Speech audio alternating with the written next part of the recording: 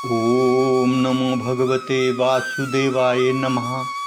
संक्षिप्त महाभारत कथा आदि पर्व के अंतर्गत भाग 14।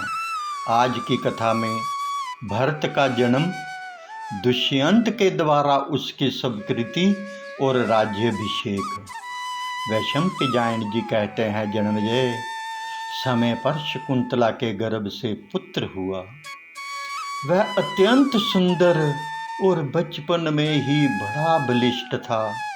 महर्षि कंडव ने विधि पूर्वक उसके जात कर्म आदि संस्कार किए। उस शिशु के दांत सफेद सफेद और बड़े नुकीले थे, कंधे सिंह से के थे।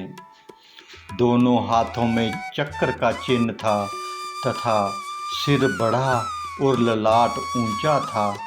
वे ऐसा जान पड़ता मानो कोई देव कुमार हो। वह 6 वर्ष की अवस्था में ही सिंह, बाघ, शुकर और हाथियों को आश्रम के वृक्षों से बांध देता था। कभी उन पर चढ़ता, कभी डांटता तो कभी उनके साथ खेलता और दौड़ लगाता था। आश्रम वासियों ने उसके द्वारा समस्त हिंसक जंतुओं का दमन होते देख उसका नाम सर्वदमन रख दिया। वे बड़ा विक्रमी, ओजस्वी और बलवान था। बालक के अलौकिक कर्म देखकर महर्षि कंडव ने शकुंतला से कहा, अब यह युवराज होने के योग्य हो गया। फिर उन्होंने अपने शिष्यों को आज्ञा दी कि शकुंतला को पुत्र के साथ उसके पति के घर पहुंचा आओ। कन्या का बहुत दिनों तक मायके में रहना कीर्ति, चरित्र और धर्म का घातक है। शिष्यों ने आज्ञा अनुसार शकुंतला और सर्वदमन को लेकर हस्तिनापुर की यात्रा की। सूचना और स्वीकृति के बाद शकुंतला राजसभा में गई। अब ऋषि के शिष्य लौट गए। शकुंतला ने सम्मान पूर्वक निवेदन किया कि राजन, ये आपका पुत्र है, अब इसे आप युवराज बनाइए। इस देवतुल्य कुमार के संबंध में आप अपनी प्रतिज्ञा पूरी कीजिए। शकुंतला की बात सुनकर दुष्यंत ने कहा, अरे दुरुष्ट तापसी, तू किसकी पत्नी है? मुझे तो कुछ भी स्मरण नहीं है। तेरे साथ धर्म, अर्थ और काम का कोई भी मेरा संबंध नहीं। तू जा, ठहर, अथवा जो तेरी मौज में आवे कर। दुष्यंत की बात सुनकर तपस्विनी शकुंतला बेहोश सी होकर खंबे की तरह निश्चल भाव से खड़ी रह गई। उसकी आंखें लाल हो गई, होठ फड़फड़ाने लगे और वह दृष्टि टेढ़ी करके दुष्यंत की ओर देखने लगी। थोड़ी देर ठहरकर दुख और क्रोध से भरी शकुंतला दुष्यंत से बोली, महाराज, आप जानबूझकर ऐसा क्यों कह रहे हैं कि मैं नहीं जानता? ऐसी बात तो नीच मनुष्य कहते हैं। आपका हृदय इस बात का साक्षी है कि झूठ क्या है और सत्य क्या है। आप अपनी आत्मा का तिरस्कार मत कीजिए। हृदय पर हाथ रखकर सही सही कहिए। आपका हृदय कुछ और कह रहा है और आप कुछ और। ये तो बहुत बड़ा पाप है। आप ऐसा समझ रहे हैं कि उस समय मैं अकेला था, कोई गवाह नहीं, परंतु आपको पता नहीं कि परमात्मा सबके हृदय में बैठा है। वह सबके पाप पुण्य जानता है और आप ठीक उसी के पास बैठकर पाप कर रहे हैं। पाप करके ये समझना कि मुझे कोई नहीं देख रहा, घोर अज्ञान है। देवता और अंतर्यामी परमात्मा भी इन बातों को देखता और जानता है। सूर्य, चंद्रमा, वायु, अग्नि, अंतरिक्ष पृथ्वी जल हृदय यमराज, दिन रात संध्या धर्म, ये सभी मनुष्य के शुभ अशुभ कर्मों को जानते हैं। जिन पर हृदय स्थित कर्म साक्षी क्षेत्रज्ञ परमात्मा संतुष्ट रहते हैं, यमराज उसके पापों को स्वयं नष्ट कर देते हैं। परंतु जिस पर अंतर्यामी संतुष्ट नहीं, यमराज स्वयं उसके पापों का दंड देते हैं। जो स्वयं अपनी आत्मा का तिरस्कार करके कुछ का कुछ कर बैठता है, देवता भी उसकी सहायता नहीं करते, क्योंकि वह स्वयं भी अपनी सहायता नहीं करता। मैं स्वयं आपके पास आई हूँ, ऐसा समझकर आप मुझे पतिव्रता का तिरस्कार ना करें। देखिए, आप अपनी आदरणीय पत्नी का तिरस्कार कर रहे हैं। आप भरी सभा में साधारण पुरुष के समान मेरा तिरस्कार कर रहे हैं। क्या मैं जंगलों में रो रही हूँ? सुनाई नहीं पड़ता? मैं कह देती हूँ, यदि आप मेरी उचित याचना पर ध्यान नहीं देंगे तो आपके सिर के सैकड़ों टुकड़े हो जाएंगे। पत्नी के द्वारा पुत्र के रूप में स्वयं पति का ही जन्म होता है। इसलिए प्राचीन विद्वानों ने पत्नी को जाया कहा है। सदाचार संपन्न पुरुषों की संतान पूर्वजों को और पिता को भी तार देती है। इसी से संतान का नाम पुत्र है। पुत्र से स्वर्ग और पौत्र से उसकी अनंतता प्राप्त होती है, पर पौत्र से बहुत सी पीढ़ियां तर जाती हैं। पत्नी उसे कहते हैं जो घर के कामकाज में चतुर पुत्रवती हो, पति को प्राणों के समान मानती हो और सच्ची पतिव्रता हो। पत्नी पति का अर्धांग है, उसका एक श्रेष्ठतम सखा है।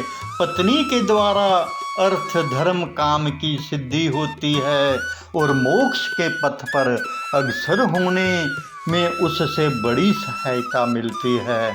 पत्नी की सहायता से ही श्रेष्ठ कर्म होते हैं, गृहस्थी बनती है, सुख मिलता है और लक्ष्मी की प्राप्ति होती है। पत्नी ही एकांत में मधुर भाषी सखा, धर्म कार्य में पिता और दुख पड़ने पर माता का काम करती है। बटोहियों के लिए घोर से घोर जंगल में भी पत्नी विश्राम स्थान है। व्यवहार में लोग सपत्नी का विशेष विश्वास करते हैं। घोर विपत्ति के समय और मरने पर भी पत्नी ही अपने पति का अनुगमन करती है। पति के सुख के लिए स्त्रियां सती हो जाती हैं और स्वर्ग से पहले ही पहुंचकर पति का स्वागत करती हैं। विवाह का यही उद्देश्य है। इस लोक और परलोक में पत्नी जैसा सहायक और कौन है? पत्नी के गर्भ से उत्पन्न पुत्र दर्पण में दिख पड़ते मुख के समान है। भला उसे देखकर कितना आनंद होता है। रोग से और मानसिक जलन से व्याकुल पुरुष अपनी पत्नी को देखकर आह्लादित हो जाते हैं।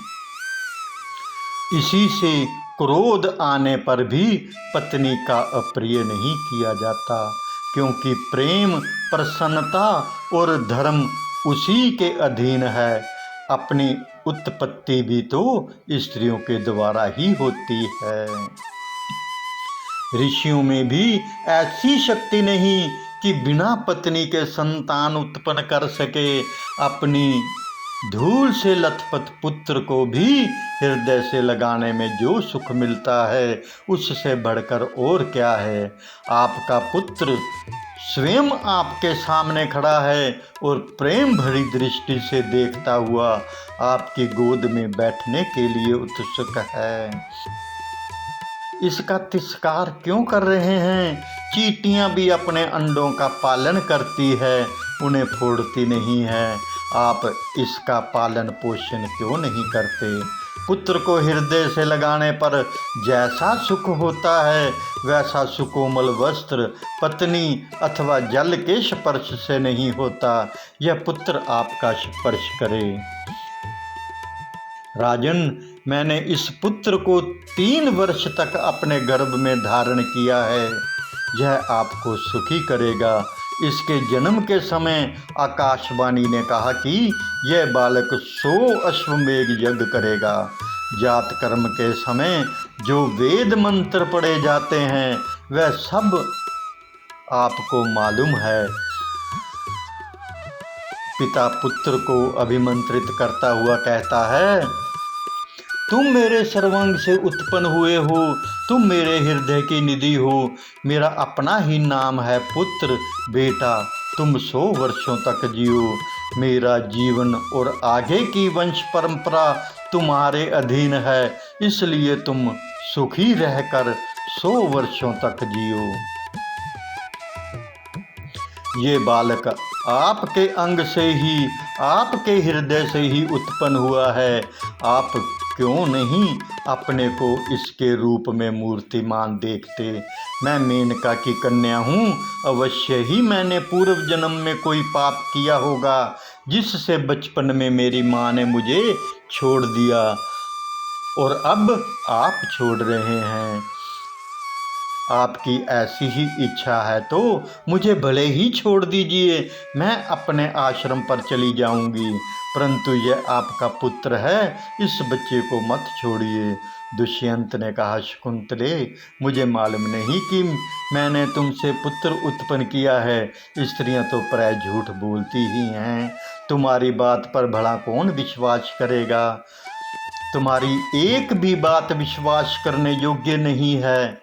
मेरे सामने इतनी ढिठाई, कहाँ महर्षि विश्वामित्र, कहाँ मेनका और कहाँ तेरे जैसी साधारण नारी। चली जा यहाँ से। इतने थोड़े दिनों में भला यह बालक छाल के वृक्ष जैसा कैसे हो सकता है? जा जा, चली जा। शकुंतला ने कहा, राजन, कपट ना करो। सत्य सहस्त्रों अश्वमेघ से भी श्रेष्ठ है। सारे वेदों को पढ़ लें और सारे तीर्थों में स्नान कर लें, फिर भी सत्य उनसे बढ़कर है। सत्य से बढ़कर धर्म नहीं है, सत्य से बढ़कर कुछ है ही नहीं, झूठ से बढ़कर निंदनीय कुछ भी नहीं है। सत्य स्वयं पारब्रह्म परमात्मा है। सत्य ही सर्वश्रेष्ठ प्रतिज्ञा है। तुम अपनी प्रतिज्ञा मत तोड़ो। सत्य सर्वदा तुम्हारे साथ रहे। यदि झूठ से ही तुम्हारा प्रेम है और मेरी बात पर विश्वास नहीं करते हो तो मैं स्वयं चली जाऊंगी। मैं झूठे के साथ नहीं रहना चाहती। राजन, मैं कह देती हूँ, चाहे तुम इस लड़के को अपनाओ या नहीं, मेरा यह पुत्र ही सारी पृथ्वी का शासन करेगा। इतना कहकर शकुंतला वहाँ से चल पड़ी। इसी समय ऋतुजव पुरोहित, आचार्य और मंत्रियों के साथ बैठे हुए दुष्यंत को संबोधित करके आकाशवाणी ने कहा, माता तो केवल बाथी यानी धोकनी के समान है। पुत्र पिता का ही होता है, क्योंकि पिता ही पुत्र के रूप में उत्पन्न होता है। तुम पुत्र का पालन पोषण करो, शकुंतला का अपमान मत करो। अपना औरस पुत्र यमराज के पंजों से छुड़ा लेता है। सचमुच तुम ही ने इसी बालक का गर्भधान किया था। शकुंतला की बात सर्वदा सत्य है। तुम्हें हमारी आज्ञा मानकर ऐसा करना ही चाहिए। तुम्हारे भारण पोषण के कारण ही इसका नाम भरत होगा। आकाशवाणी सुनकर दुष्यंत आनंद से भर गए। उन्होंने पुरोहित और मंत्रियों से कहा, आप लोग अपने अपने कानों से देवताओं की वाणी सुन लें। मैं भी ठीक ठाक यही जानता और समझता हूँ कि यह मेरा पुत्र है। यदि मैं केवल शकुंतला के कहने से ही इसे स्वीकार कर लेता तो सारी प्रजा इस पर संदेह करती और इसका कलंक नहीं छूट पाता। इसी उद्देश्य से प्रेरित होकर मैंने ऐसा दुर्व्यवहार किया है। अब उन्होंने बच्चे को स्वीकार किया और उसके संस्कार कराए। उन्होंने अपने पुत्र का सिर चूमा, उसे छाती से लगा लिया। चारों ओर आनंद की नदी उमड़ आई, जय जयकार होने लगा। दुष्यंत ने धर्म के अनुसार अपनी पत्नी का सत्कार किया और सद्भावना देते हुए कहा, देवी, मैंने तुम्हारे साथ जो संबंध किया था वह किसी को मालूम नहीं था।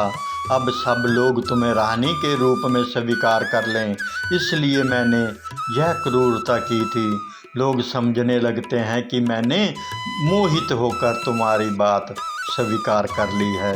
लोग मेरे पुत्र के युवराज होने में भी उपपत्ति करते। मैंने तुम्हें अत्यंत क्रोधित कर दिया था, इसलिए तुमने प्रणयकोपवश मुझसे जो प्रिय वाणी कही है उसका मुझे कुछ भी विचार नहीं है। हम दोनों एक दूसरे के प्रिय हैं। इस प्रकार कहकर दुष्यंत ने अपनी प्राण प्रिया को वस्त्र, भोजन आदि से संतुष्ट किया। समय पर भरत का युवराज पद पर अभिषेक हुआ। दूर दूर तक भरत का शासन चक्र प्रसिद्ध हो गया। उसने राजाओं को जीतकर वंशवर्ती बना लिया और संत सम्मत धर्म का पालन करके अनुत्तम यश लाभ किया। यह सारी पृथ्वी का चक्रवर्ती सम्राट था। उसने इंद्र के समान अनेकों यज्ञ किए। महर्षि कंडव ने भरत से गोवतित नामक अश्वमेघ यज्ञ कराया। उसमें यूं तो सभी ब्राह्मणों को दक्षिणा दी गई थी, परंतु महर्षि कंडव को सहस्त्र पद्म मोहरें दी गई थी। भरत से ही इस देश का नाम भारत पड़ा और वही भरत वंश के प्रवर्तक हुए। उन्हीं के नाम से सभी पहले के और पीछे के राजा भारत नाम से प्रसिद्ध हुए। उनके वंश में अनेकों ब्रह्मज्ञानी राजऋषि हुए, जिनके नाम गिनाने भी कठिन हैं। मैं मुख्य सत्यनिष्ठ और शीलवान राजाओं का ही वर्णन करता हूँ। ओम नमो भगवते वासुदेवाय नमः। एक विनम्र निवेदन कि संपूर्ण महाभारत की रोचक एवं ज्ञानवर्धक कथाओं का आनंद लेने के लिए हमारे YouTube चैनल कान्हा सेवा के साथ जुड़ें तथा कथाओं को शेयर कर अपने मित्रों संबंधियों को भी लाभान्वित करके पुण्य के भागीदार बने। हरे कृष्ण कृष्ण कृष्ण हरे हरे, हरे राम राम राम हरे हरे। जय श्री कृष्ण।